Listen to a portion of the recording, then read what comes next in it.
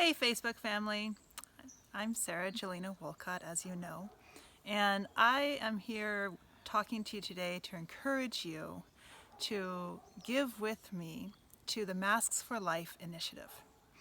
And the reason I'm doing this is because I'm part of a story that I heard from my dear friend Yolanda Bluehorse a few weeks ago.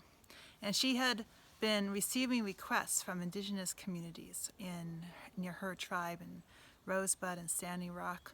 And so she drove all night and all day from Texas all the way up to go to the South Dakotas in order to give supplies, just basic supplies like TP and other hard to get items to those communities. And when she did, her friends there said to her, "Thank you for not forgetting about us." And in a time of a pandemic, no one wants to be forgotten. And yet, right now, that's what's happening. All over this nation, once again, indigenous communities are being forgotten by the federal government and by others, sometimes in their own communities. And now is an time when they need personal care and protection more than ever before.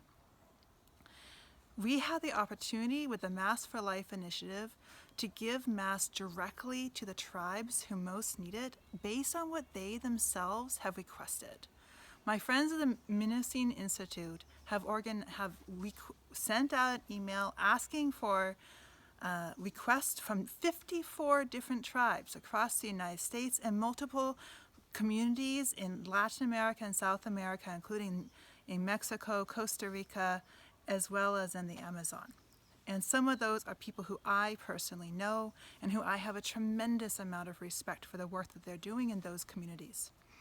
For only $2.60, we can get quality, reusable, high quality, CDC approved masks to communities who need it in a time in which they are dying at a much higher rate than almost or perhaps any other part of the population. So I encourage you to give and to give generously. This is a time when we really have to not let these communities down.